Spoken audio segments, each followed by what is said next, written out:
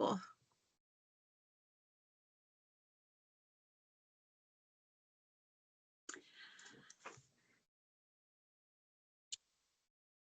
Nelia, am I right? I can start? Yes. Okay. Hi, good evening, everybody. Thank you so much for coming onto our focus event. I want to give a special thank you to our guest speaker, but also thank you so much to Rare Disease for so patiently guiding us and hosting this event for us. I'm going to introduce Anne-Marie, who is the founder of MDS and also one of our directors. She is going to introduce our guest speaker. After the talk, feel free to ask some questions. You can put up your hands if you don't quite know how it works, how Teams work. You can always WhatsApp me. I'm Bernie. Or you can just put it on the WhatsApp groups if you have that. But if you understand Teams, you can just put it into the questions on the website. Over to you, Anne-Marie, to introduce our guest speaker. Thank you, Bernie. First of all, I just want to thank you for all your work putting all of this together. So we really appreciate it. First of all, I will just tell you a little bit about movement disorder support. The non-profit organization that we started, it started about 12 years ago as a very small support group for only Huntington's families, Huntington's disease families. I will tell you a little bit more about Huntington's disease just now, but it grew from there to a little bit later, a few years later, when we joined the Parkinson's disease support group in Pretoria. I, however, had a dream for a much bigger, inclusive umbrella association for all movement disorders in South Africa. Apart from Huntington's and Parkinson's, there are other movement disorders like ataxia, dystonia, etc. We registered MDS just after COVID, and we are giving support to families all over South Africa at the moment. We have a website, WhatsApp chat groups, and we also do professional social work counseling all over the country. If you need any more information, please feel free to contact us at, I'm going to give you the address, but you can also ask us again at the end of the meeting, but it's info@movementdisorders.co.za. That's info@movementdisorders.co.za. Then I would like to introduce our speaker tonight. She is Dr. Nelia Drenth. She's an expert in grief and trauma counseling. She studied social work at the University of Johannesburg, and she's got many years of experience. She focuses on loss and grief therapy in her private practice. I met Dr. Nelia Drenth last year when I was at a very low point in my life. My son Anton had Huntington's disease, I say, because he passed away at the end of last year and was nearing the end of his life when I met her. For those of you who do not know what Huntington's is an inherited brain disorder. Hunting causes the brain cells to slowly die. As the brain cells die, the person with HD becomes less able to control movements, make decisions, and control emotions. The disease leads to incapacitation and eventually death. This process normally takes between 15 and 20 years. At the end of last year, I just couldn't take it any longer to watch my son die. Slowly, day by day, minute by minute. And I decided to see somebody to help me, like a grief counselor. And that is where I got to meet Dr. Drenth. She gave me such a lot of information and advice about what I was experiencing. And I hope that all of you who's here tonight will also find a way of dealing with this long-term suffering of a loved one. Now, Nelia, if you can take over and tell us what we can do to help us in this situation that we are sitting in. Thank you very much. It's such a pleasure to be here. I'm going to share my slides with you, and I really hope that it's the correct version. I have been fumbling around a little bit just before we started, so let's hope for the best. Um,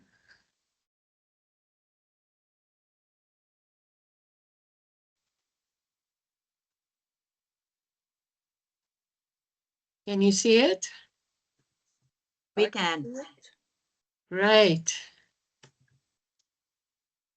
Okay. So thank you very, very much for having me. It is such a privilege to be able to speak to you on this very special topic that's close to my heart. In this presentation, I will not only focus on the loss and grief of both the patient and those close to him or her, but I will also focus on the strengths that each of us have, and with that, hopefully give some guidelines on how to build resilience in the face of adversity. The world is full of suffering. We are not taught how to deal with it. But the world is also full of goodness, love, and support. I take my hat off to those of you who support each other in your collective suffering. We experience loss and grief from the moment that a person is diagnosed with a life-limiting illness. And you will see that I use the words life-limiting illness. It can include quite a lot of diagnoses. So use that with whatever diagnoses you are dealing with at the moment, because I think all of those diagnoses are life-limiting or life-threatening illnesses. Other than with loss through death, the only specific date and time is the moment of diagnosis of a life-limiting illness and the insecurity, I think, of what the road ahead looks like. I cannot imagine the fear when a patient and the family are confronted with this diagnosis.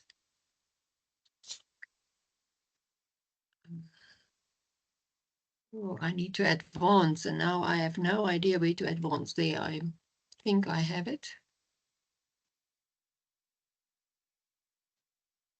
Ah, my screen does not want to advance.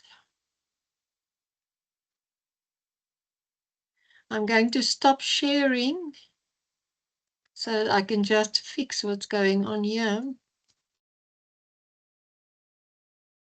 Wonderful technology, nay? Technology is so beautiful, but when you need it, it's gone. Let me see again.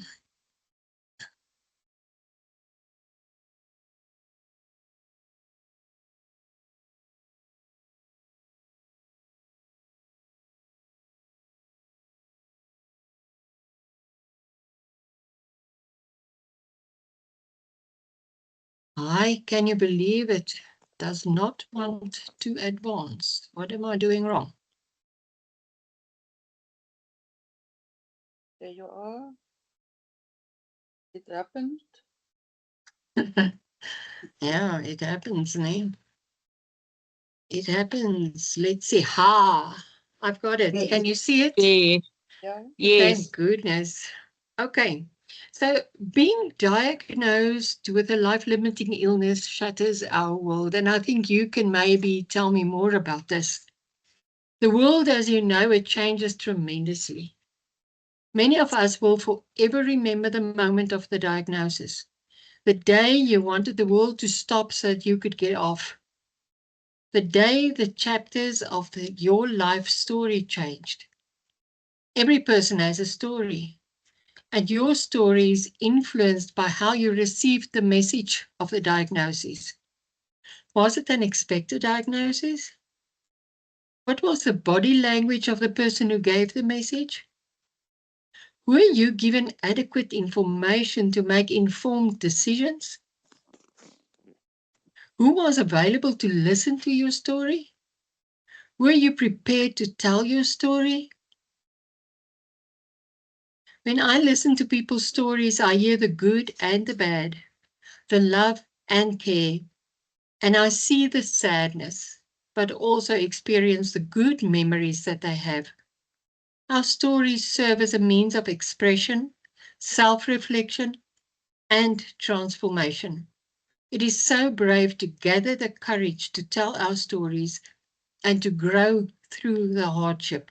So please never stop telling your stories, even if it's just to yourself or in a journal or sharing with a counselor.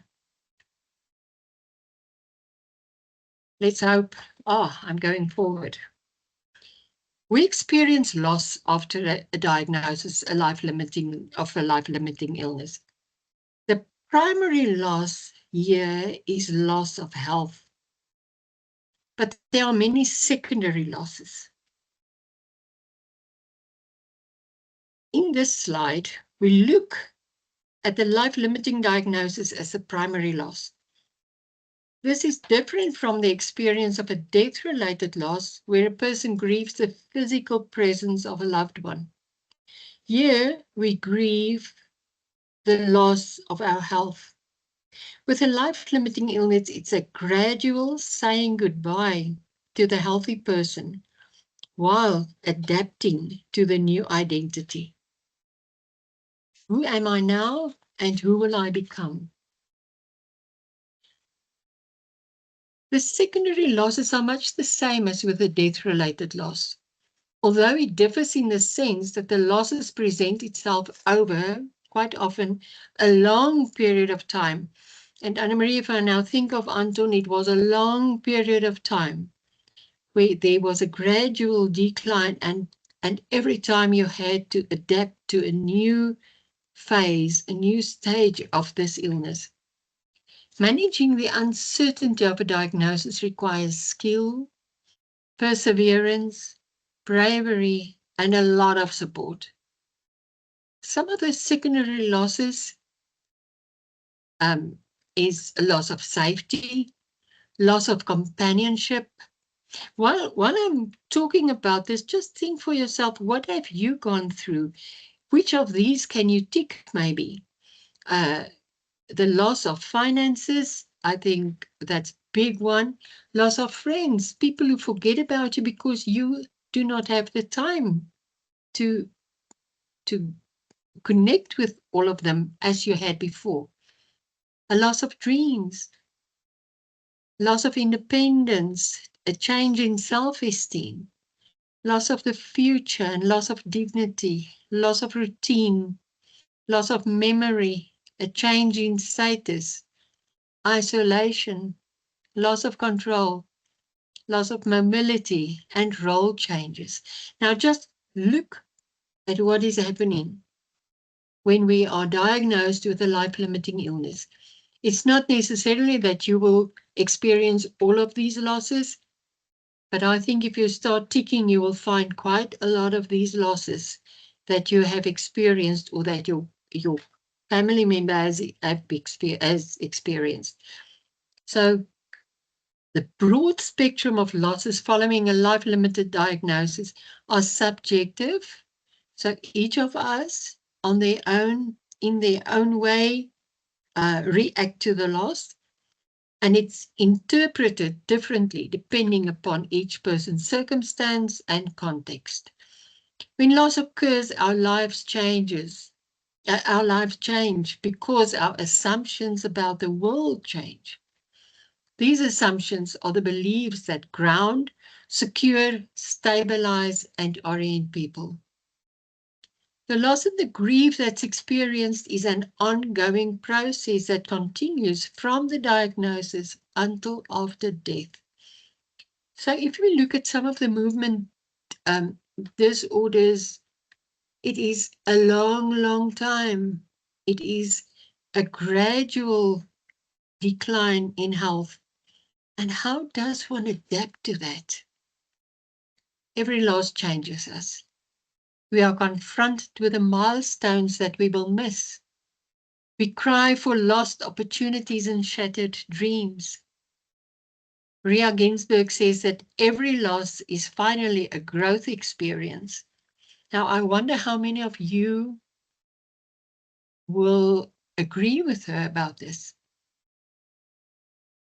I have had losses in my life, and when I look back, I can see the growth. But while I was in the middle of those difficult, traumatic times, I did not see the growth. In that sense, every loss makes us more fully alive and unique, and that needs recognition. So what I would like you to do, those of you who are family, who are patients, who are in the middle of something like this, just put your hand on your shoulder and say, well done for having survived up to now. How have you done that? Well done. Oh, now it's me and the slides again. No, it's the wrong one. I need to speak to you about this disruptive change diagram. When a diagnosis of such kind is made, we go through we see it as a disruptive change in our lives. And most of you will know there's a fight, a flee, or a freeze reaction that can happen. So some of us are fighters, some of us will flee, and some others will freeze and say, I have no idea what to do. This is our reaction. It upsets us. It's normal to be upset after something like this happens. And for a time, we become a victim. That is also normal. What we would not like is for us to become helpless and blame others and fall into self-pity and go further down into depression. This can easily happen if it is a long illness with little hope, much financial implications, emotional turmoil.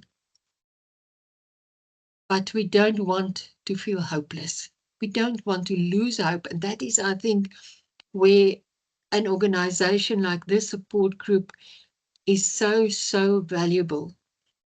In this process, we find people who have gone through the same things that we have gone through, who have experienced the same losses. And in a way, we can see they are coping.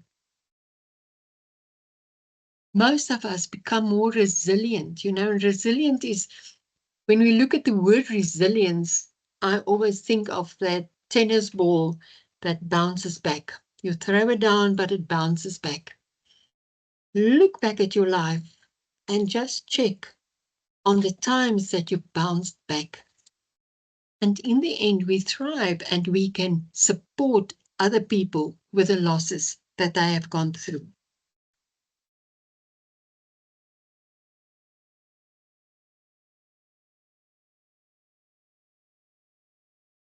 I just thought that I could bring this in where we just can have a little look at what the worlds of a healthy person versus that of a sick person looks like.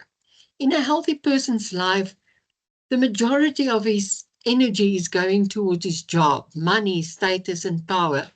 Yes, there's time for home, for social life, for traveling, for health, for family, and a little bit for spirituality. But when we are diagnosed, or a family member is diagnosed, just check how big the health part is becoming. The job part becomes smaller, family a bit bigger, and spirituality grows. In times like this, we ask ourselves, Who was I before and who am I after the diagnosis? And if you think of a person who have been diagnosed with a life-limiting illness, this is a difficult question. To compare yourself now to what you have been and who you have been before, it's a huge loss. But I've seen so many people growing through what has happened to them, that they became resilient, whatever happened. We also ask ourselves the question, who else shares in my diagnosis? And bring all of them together, help them, support ourselves to connect in the correct way. And then another question, how will I get through this? My standard advice to people is manage what you have control over today, now, at the moment. If there's nothing else and you only have control over making a cup of tea, then you do that because you have control over that. You do not have control over the trajectory of this illness. You do not have control over how it's going to be, but you have control over today, over this minute, over the next half an hour. So try and focus on the now, the what can I do now, and not going into don't know what is lying ahead and worry yourself sick with that. I have a video here, which is actually a video about dementia. But when I had a look at it again, I thought this video teaches us something for any life-limiting illness. So I'm going to show it to you now.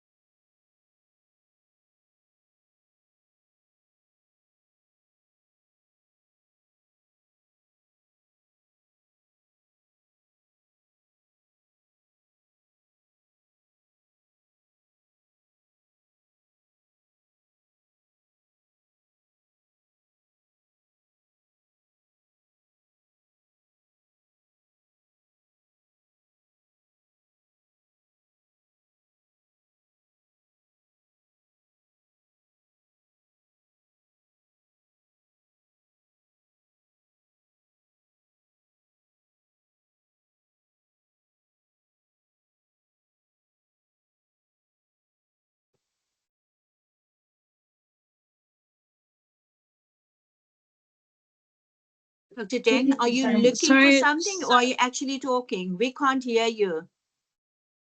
Sorry?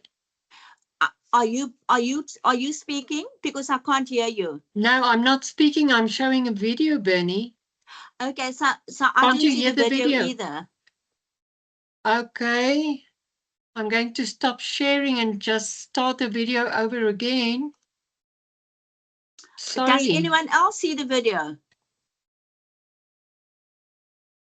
Okay, let me start sharing it again. I couldn't hear the sound as well. If you can just include sound I just did. before you share. I think I forgot Yeah. to do that. Sorry. Okay. Okay, let's continue. Let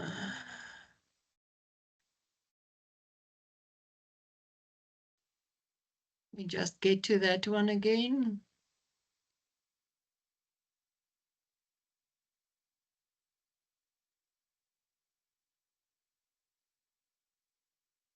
Illness. So, Can you hear now, Bernie? Yes. Thank you. some sad news this Yes, I year. can. I have dementia. I'm being positive, but I hope it's slow. I'm looking forward to the festivities, but I'd like you to know that all the anticipation, the parties and the sparkle, bangs, bells and chaos, artwork and sprouts, feels like Paddington Station. Friends pass me by. Don't leave me out. Smiles without seeing, pretending everything's okay. Wait, I'm lost. I'd like to hide away. The grandchildren, all the names. It's not the love bit that's the problem. It's remembering what they're called. I was the one everyone came to, putting up shells, doing magic tricks, peeling the veg. Now you say, don't you worry yourself, as if you no longer trust me. And there's a little voice in my head says, that right, but I want to. Need to feel useful. Sometimes if you help me, you can disable me more than the illness. So, there's no change, but it's all change. And another year ahead. Maybe a bit foggy, but I'm still here. Don't pity me, mollycoddle me, ruffle my hair. I'm not ready for it to be over yet.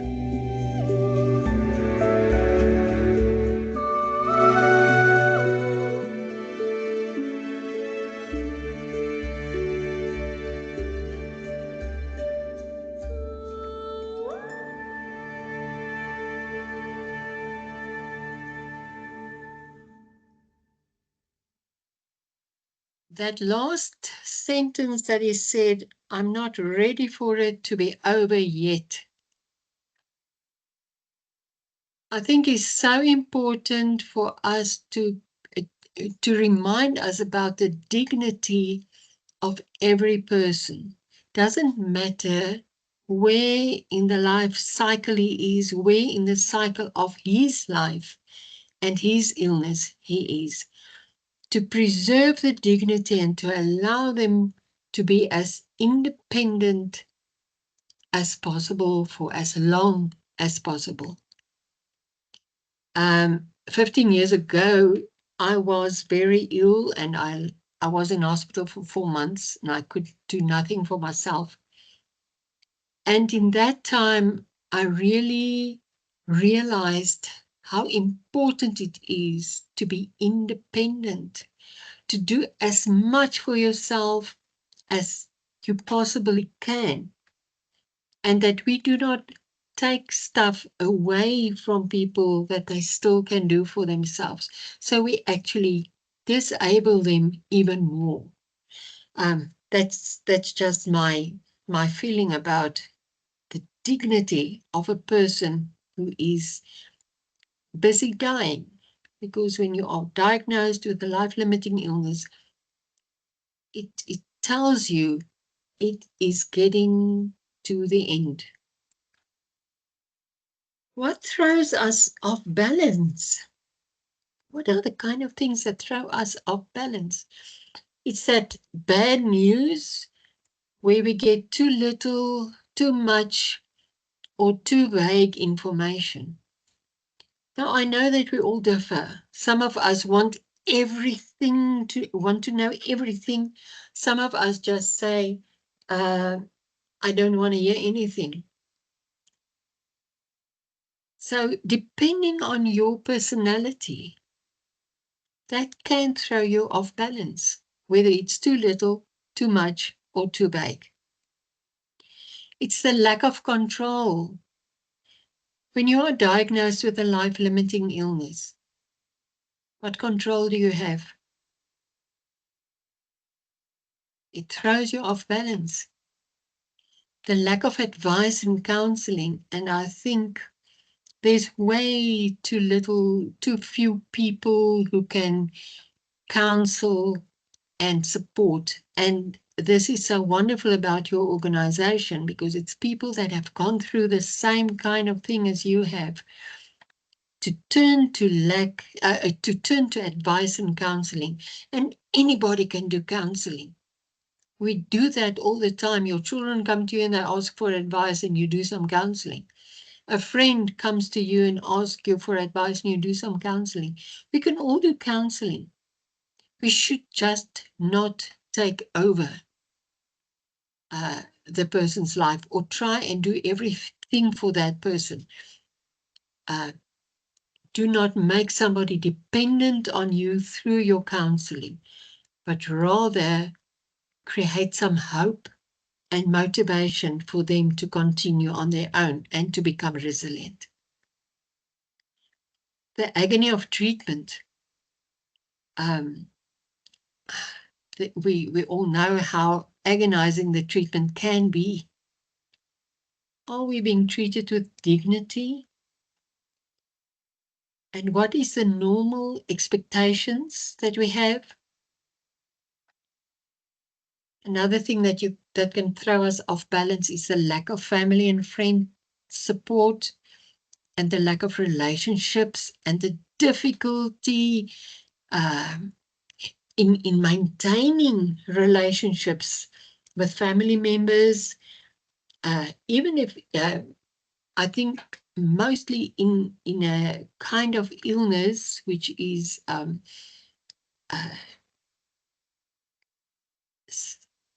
something that can be taken over from one generation to another generation, and people are getting anxious about it. Do I also have it? Will I also get this illness? And that anxiety can drive people apart. And then our shattered dreams. The dreams we had for this child of ours is now gone. He will never marry. He will never have his own children, or I won't see him or her getting married. And your unshattered dreams of when I retire, we'll go and do all kinds of trips because there's somebody to take care of. So these can all throw us off balance.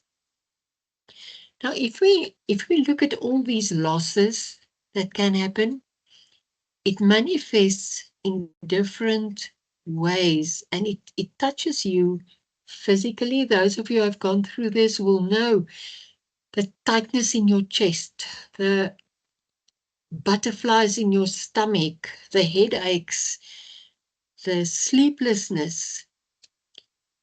It works in your brain, the going over and over and over, the what ifs, the how are we going to deal with this? And what's going on in your brain touches you emotionally. You are sad, you are angry, you just don't want to be, you find no meaning in life. And all of this gets to your behavior. You kick the dog and you have no idea why am I kicking the dog. I'm kicking the dog because there is a terrible thing that's happening in our family. And I don't know how to manage this. And we become somebody that we don't know. And then also all the existential questions. Why did this happen to us? Why do we have to suffer this loss? What have we done wrong? And all those questions that we start asking, and we doubt our faith or our beliefs. So don't think this is just an emotional issue. It touches you on all your levels. And that is hard. That is hard to manage. Now, how do we unlock resilience?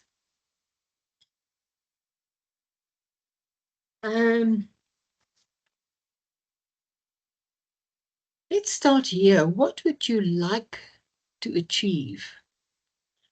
What are the small steps that you can take?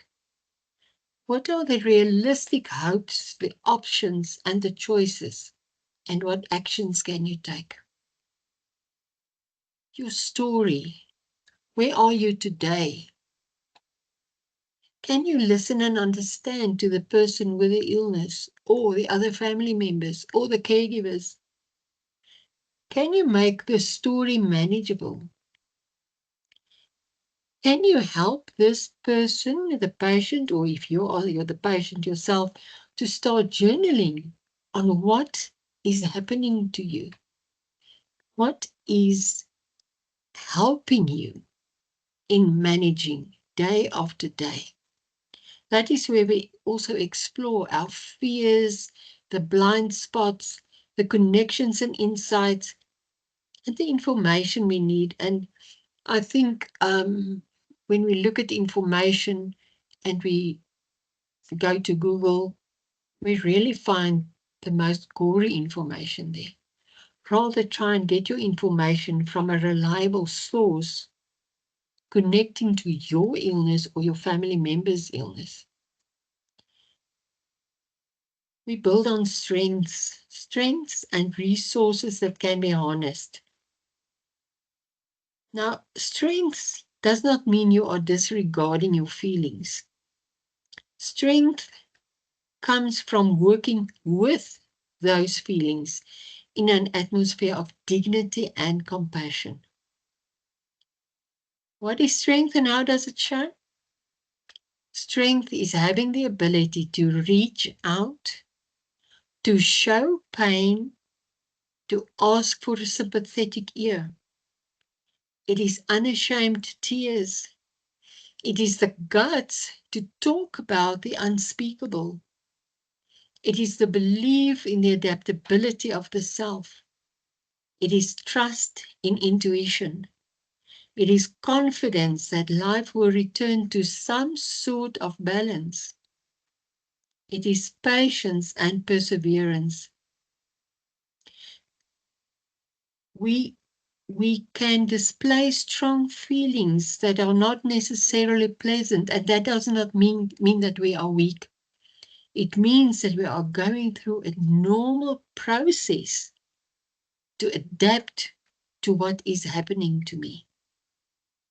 It is having the courage to become aware of those emotions and look them squarely in the face, and to not be afraid to express them openly, and to believe in self-resilience. This to me is a very powerful slide that could help us to move towards resilience within the hardship, within the loss, within the grief that we are experiencing.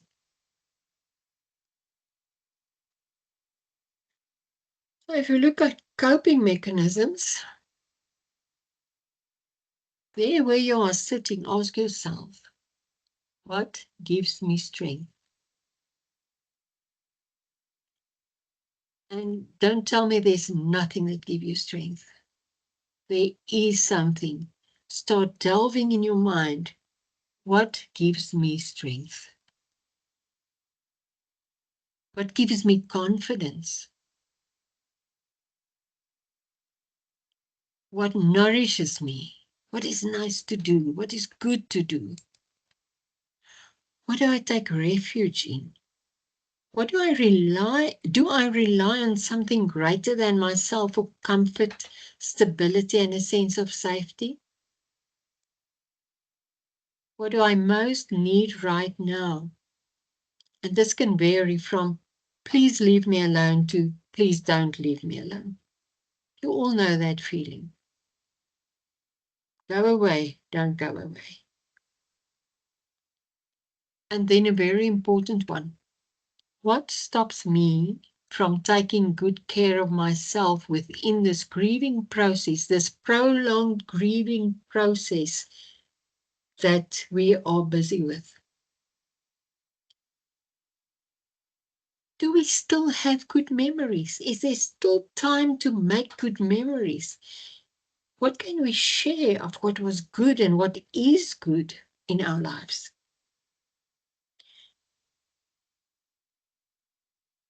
Harvey Chochinov came up with a dignity question.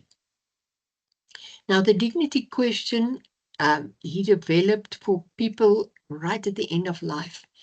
But I like to use this question when somebody comes to me for the first time and I know nothing about this person, and I can ask, what do I need to know about you to give you the best possible care? Or maybe, what do you need to know about me to give me the best possible care? From the patient side, from the family side, and from you as support givers, you as support group. What do I need to know about a new person on this group to give you the best possible care? What are you ready to share with me?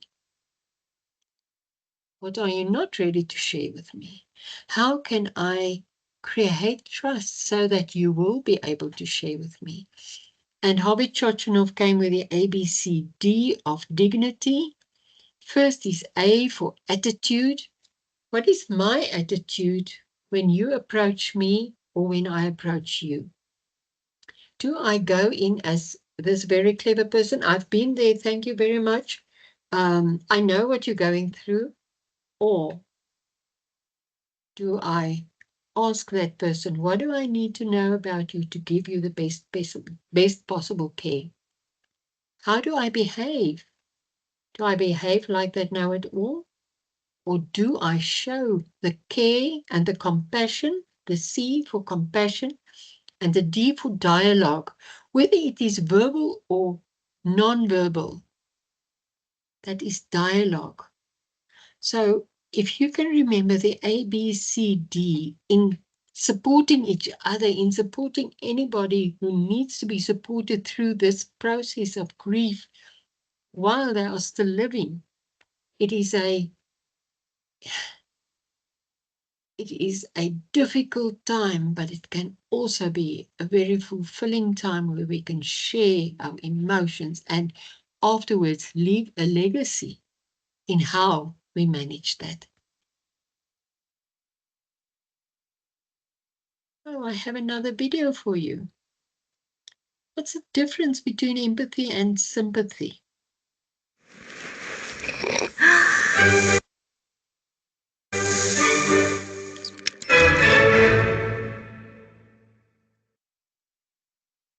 So what is empathy, and why is it very different than sympathy?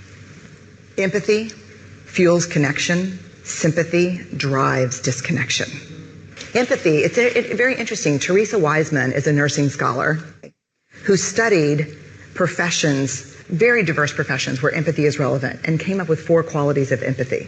Perspective taking, the ability to take the perspective of another person or recognize their perspective as their truth. Staying out of judgment, not easy when you enjoy it as much as most of us do. Recognizing emotion in other people and then communicating that. Empathy is feeling with people. And to me, I always think of empathy as this kind of sacred space when someone's kind of in a deep hole and they shout out from the bottom and they say, I'm stuck, it's dark, I'm overwhelmed. And then we look and we say, hey, you climb down. I know what it's like down here, and you're not alone. Sympathy is, ooh, it's bad,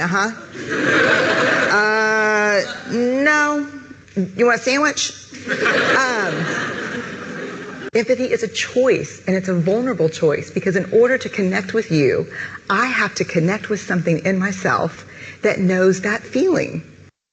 Rarely, if ever, does an empathic response begin with at least. And we do it all the time, because you know what? Someone just shared something with us that's incredibly painful, and we're trying to silver lining it. I don't think that's a verb, but I'm using it as one. We're trying to put the silver lining around it. So I had a miscarriage. Oh, at least you know you can get pregnant. I think my marriage is falling apart. At least you have a marriage. John's getting kicked out of school. At least Sarah is an A student. But one of the things we do sometimes in the face of very difficult conversations is we try to make things better. If I share something with you that's very difficult, I'd rather you say, I don't even know what to say right now, I'm just so glad you told me. Because the truth is, rarely can a response make something better. What makes something better is connection.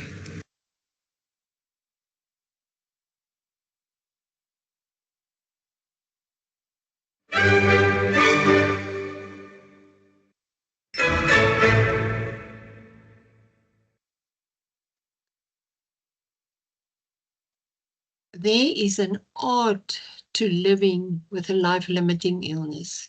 Whether you are the caregiver, whether you are the person with the illness.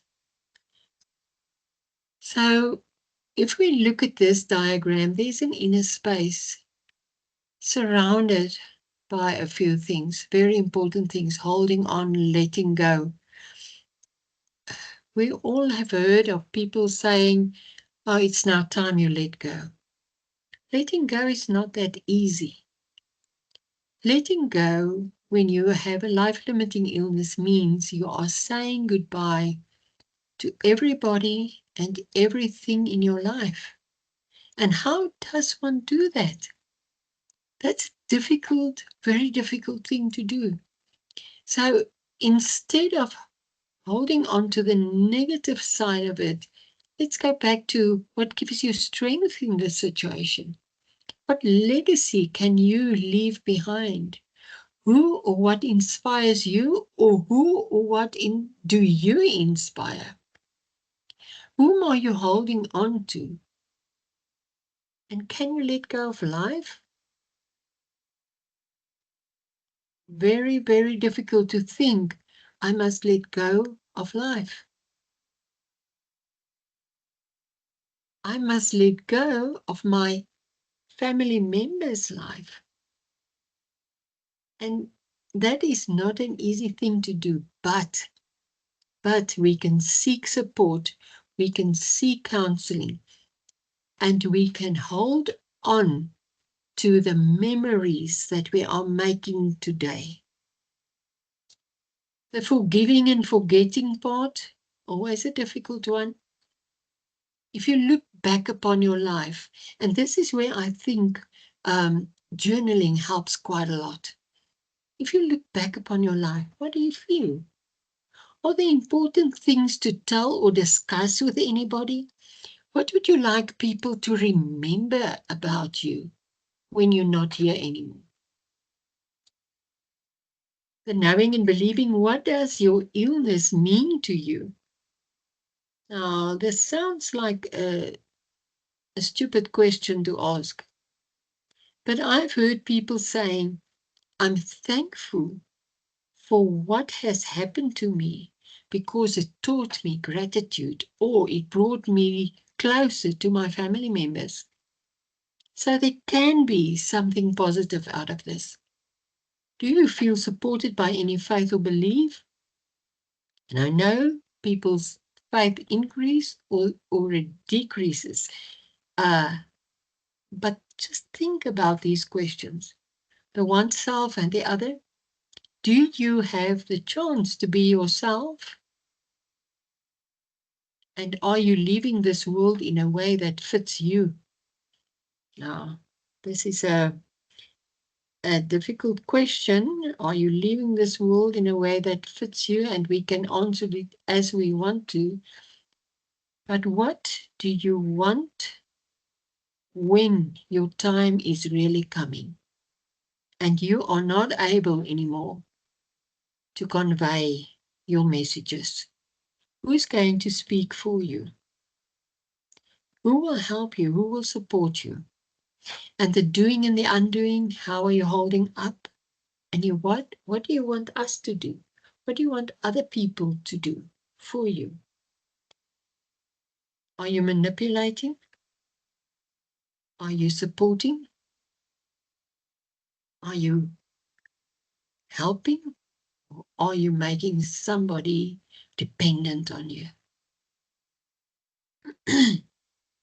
So this takes me to advanced care planning.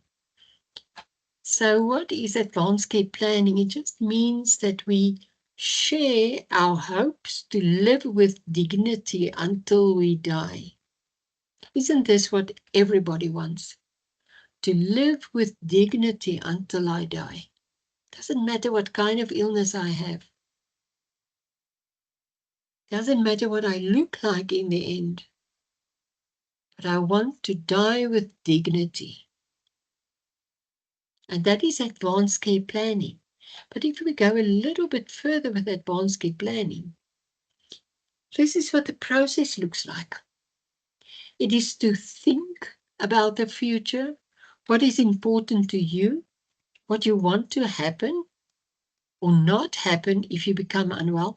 And please, even if you're not the patient at the moment, this is something that I was so hoping everybody would take on during COVID time. To think about what we want when we get to the end of life. Talk. Number 2 is you think, then you start talking with family and friends and ask somebody to be your proxy spokesperson if you could no longer speak for yourself. This means that we have to sit down with those people who are important to us and start talking about that. Record, to write down your thoughts and to include your spokesperson and store this safely, and then discuss your plans with your doctor, your nurses, your carers.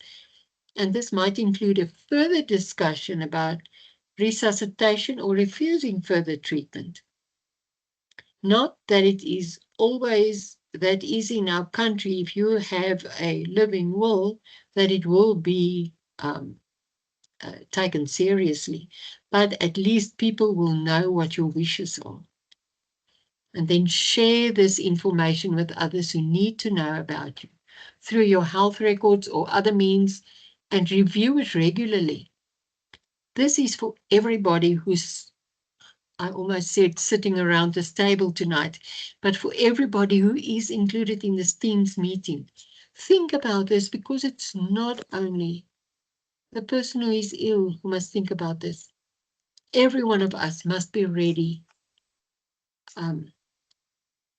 to go this route, to be able to die with dignity.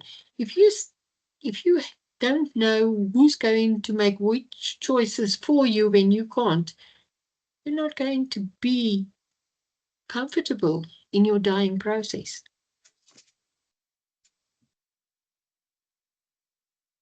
So challenge this special season in your lives. Challenge the grieving season. Is there at this time anything in particular that you are concerned about? And these are questions that you can ask your sick family member. Is there anything that you are concerned about? And then the most important thing is to listen. Listen. We've got 2 ears and 1 mouth. Just listen to what that other person says to you. Find out where your support system lies in difficult situation. And who would you like to have near you? And from whom would you like to have support? The person who has been diagnosed with a life-limiting illness is in the center. It's his or her wishes that counts. When that person is no longer with us, then our wishes become first priority. But while they are still here with us, and I know it sounds hard and it sounds as if I have no idea what I'm talking about, but that person is the center of his life. He or she is saying goodbye to everybody and everything that matters in his or her life. All right. Language has power. And these words reflect how we could manage the challenges of a special season when diagnosed with a life-limiting illness. I salute every patient, his or her family, the caregivers, and all the professionals involved with their care. May you cherish your strengths and embrace your braveness. Thank you for having me. I think we can open for questions.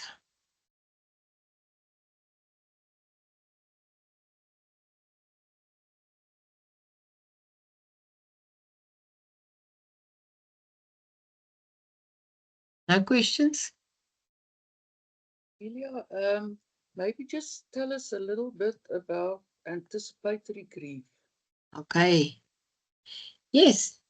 Anticipatory grief is that process that we go through when we know somebody is going to die.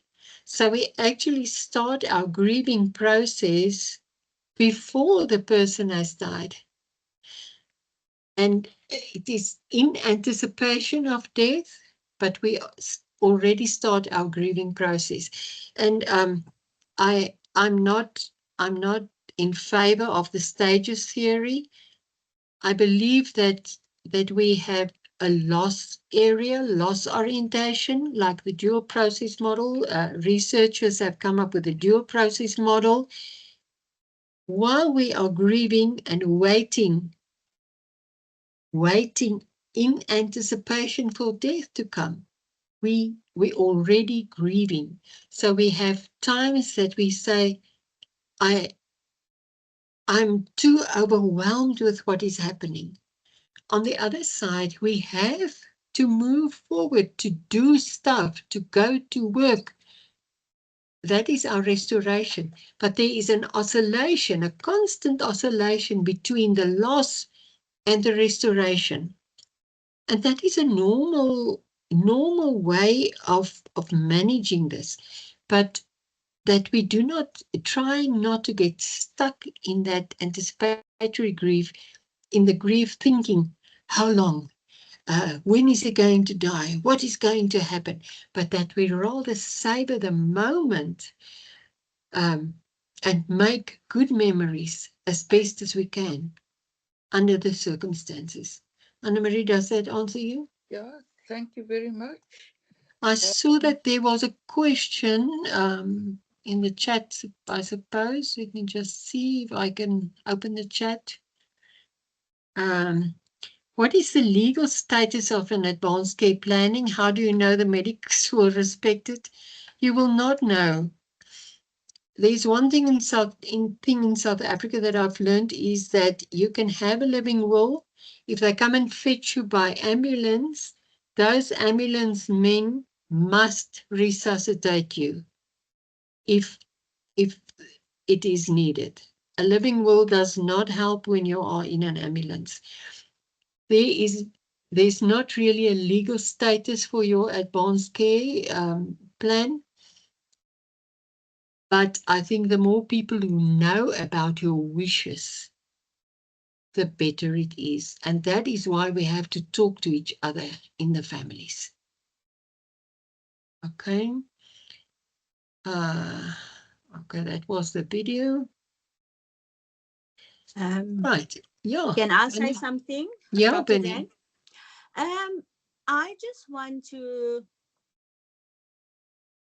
tell people who haven't gone through what you've been speaking about tonight. There are so many things. Sometimes the experts tell us lots of things, but unless you've actually gone through it, they're not always correct. But I can vouch for so many of the things that you said tonight. My husband had Huntington's, and he had it for 27 years. Sure. From start to him dying. And everything you've said, I could relate to. So very accurately put forth. So thank you so much for that. Thank you. Thanks. I see there's a new message. Just see. Oh, just thank you for a lovely talk. Thanks, Ilindi. Just one more thing that I would like to add. Mm-hmm. What helped us a lot at the end was having a doctor that has palliative care knowledge. That helped us a lot through the last phase of my son's life. I think, Anna-Marie, that people are afraid to talk about death, to talk about what's going to happen, because we don't want to upset other people. But if we don't talk about it, it sits in our heads and it has an influence on our thinking, on our behavior, on everything. But the moment we start talking about it, I can share my wishes with you. I can listen to what you want and not want. And we can debate that and we can share that. But we as communities should start talking about death, because death is the one thing in life that's going to happen to you. Why are we afraid of emotions around death when we actually need our emotions to help us through the process of grief? So we think we are weak when we cry, when we get angry, when we don't believe anymore, when we ask what if questions. But that is typically grief. That is normal to experience those emotions. And that is our psychological work out through our grief. It is only when you become stuck with your grief, when you are not able to return to almost some kind of how you functioned before, that it maybe become a problem. And not a weakness, but where you need some support, some professional help. But let's think of the emotions that we go through when you are diagnosed. It's almost the same emotions that you go through each phase that the illness goes through. You go through it again and again and again. So with a life-limiting illness such as Huntington's, I think you see how a patient it's not progressing, it's Deteriorating. deteriorating. And every time it hits you again, it hits you. And sometimes I think we want to ask a question that David asked and said, how long, God? How long? How long will this go on? But then to tap into your resilience and into looking back, what have we achieved? What have I gone through? How did I manage to get this far? And who helped me with this? To get that support again. And if you're down, be down for a while. We all get our down moments. Just don't stay down. Oh, I feel like I'm preaching. No, very good. And also, you also mentioned journaling. I found that was my absolute savior, because I could write in that journal things that I wouldn't even want to admit to myself. And you think you're only writing it for yourself, but there are some things that you don't even want to think. And I forced myself to put it into words. The minute you have to put it into words, you are acknowledging it. And that is something that I find one of the greatest ways of coping is when you don't have somebody to talk to, or some of the things you don't want to say to anyone, you can put it down in your journal. I found that really helpful. I sincerely believe there is a link between your brain going through your arm, down through the tip of the pen onto the paper. Because when I journal, I don't always know what's going to come out. And I think, but when I start writing, it comes out. At the moment, it's not in my head anymore. And on paper, I can put it away. It's not sitting here for the rest of the night and 7 days and 7 nights further. I'm taking it out, and then I can say, okay, fine.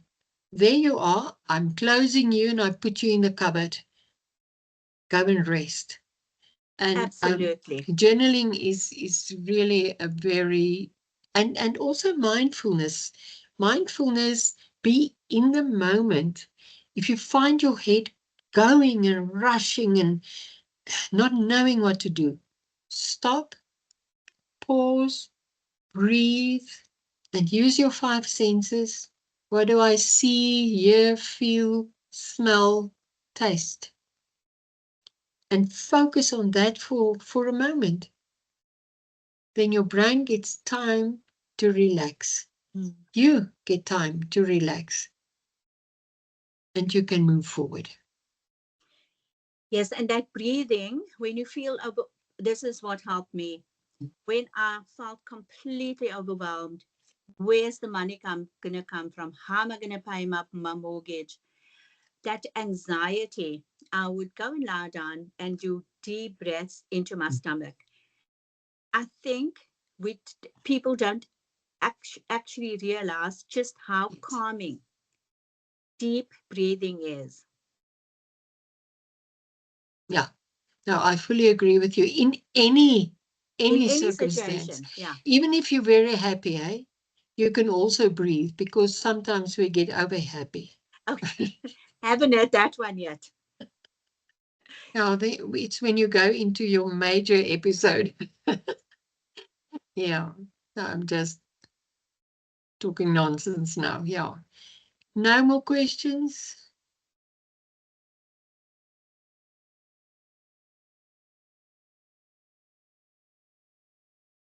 Thanks. Thank you very much for having me. If there isn't any more questions. I see there's a question. What counseling is available? I don't know what counseling you have, but I'm available on the internet. I do online counseling as well, if you want that.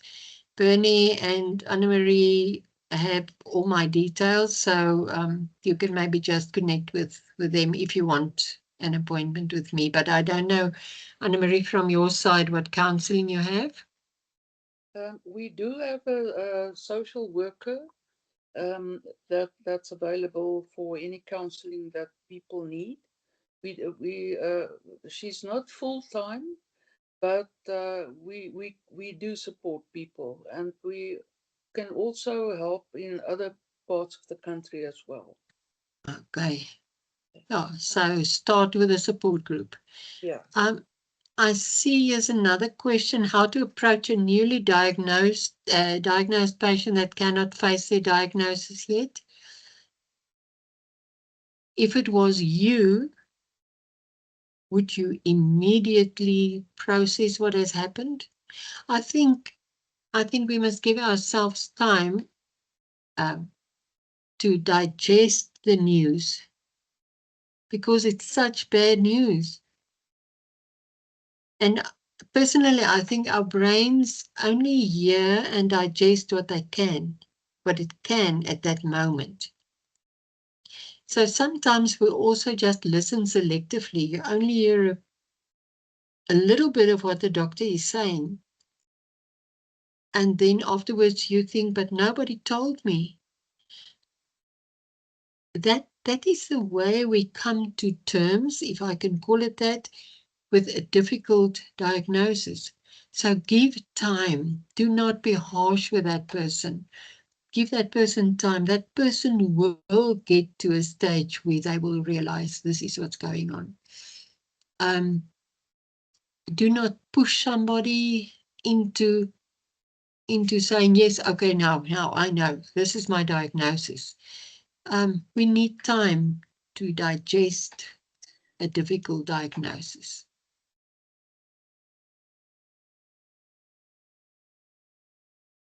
Okay. Thank you for that kind note, Yolandi. She likes the calm of my voice. Oh, yeah, you are great. Thank you. And also there's somebody who thanking me for the slides and for my information. Thanks. let's give it a minute or so to see if there's anyone else coming up with questions before we close.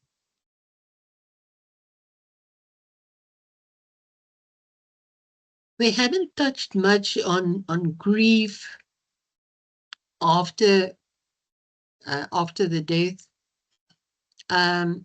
But I think quite a lot of the stuff that I've shared with you is something that you can take over in the after death period, the losses, the management, the how do I cope.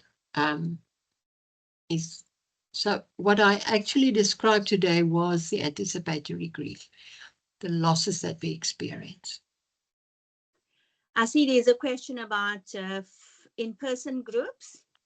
May I ask that person, which area do you live? If you'll just answer, you can answer on the group.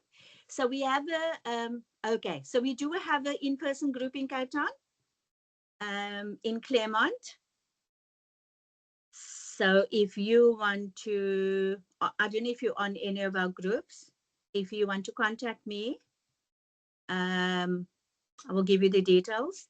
We have it every second month in person, and every alternate month we have it on Zoom. Is there any other places where you have the in-person groups?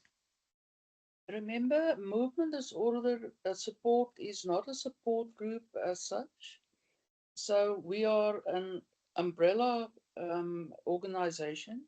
So if you do have a support group for any of these movement diseases, you can let us know and we can tell other people about it.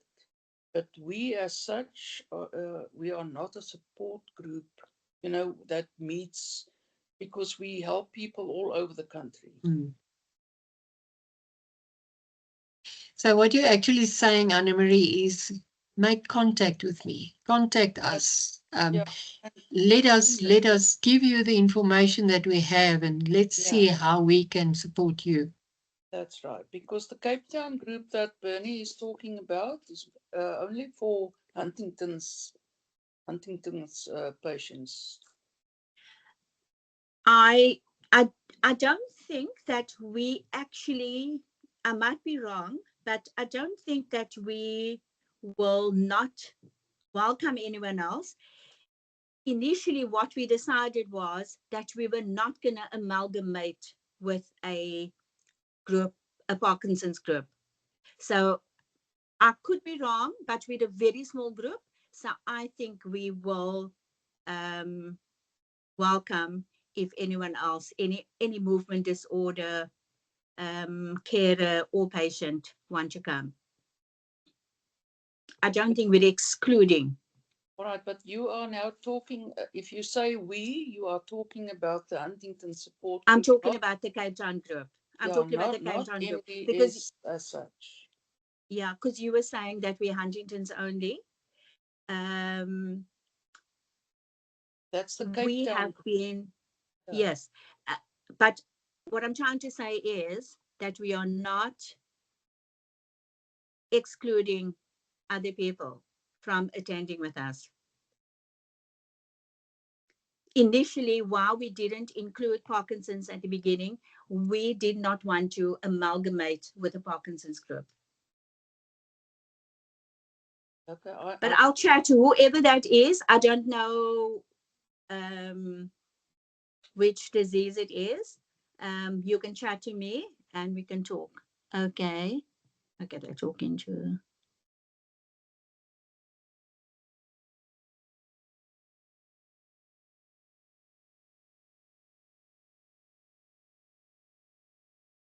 I don't know if there's any more questions.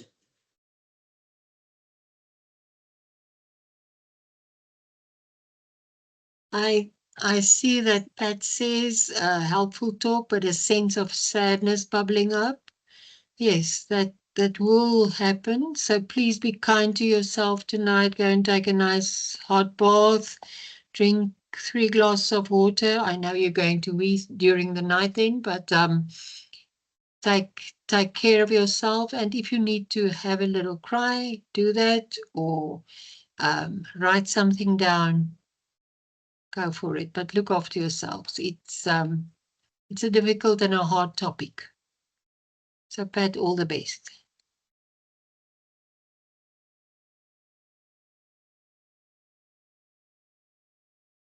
Bernie, I see somebody asks for where can they get a recording. Will you forward it to them, or?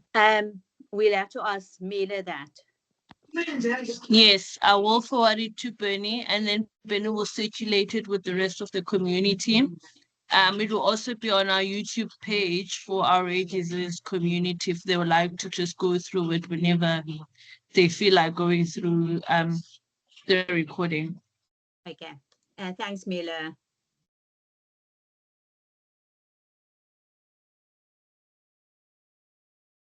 Thank you again, Dr. Nelia. Okay. I don't think we have any more questions or gratitudes. Anne-Marie, do you think we'll wrap it up? Yeah, I think so. I see people are leaving the... Okay. Okay. Dr. Drenth, thank you so much for a really very useful and informative presentation. And Mila, thank you so much for your patience with us and all those questions and those thousands of emails I sent you. Thank you so much. And also thank you so much for all of you for coming on. If you didn't join, we can't really have a focus event if we don't have participants. So thank you so much for coming on to everybody. Sorry, Mila, you were saying something? No, I was just thanking Mila for all her help and all your patience before we started the meeting. Thank you. And you're welcome, ladies. You're welcome anytime. I'll go through those mails again a million times. Just for us to have this successful meeting or focus event. You're more than welcome.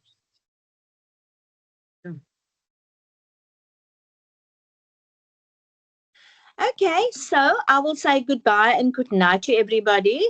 Let me just answer Mark quickly about the recording. Mark.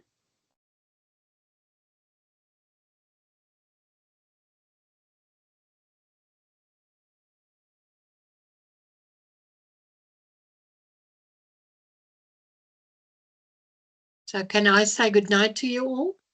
You can. Thank you very much for being here and for spending this time of the evening with me. It was great being with you. And please take care, look after yourselves. Don't forget that you are precious. Thank Bye. you. Bye-bye.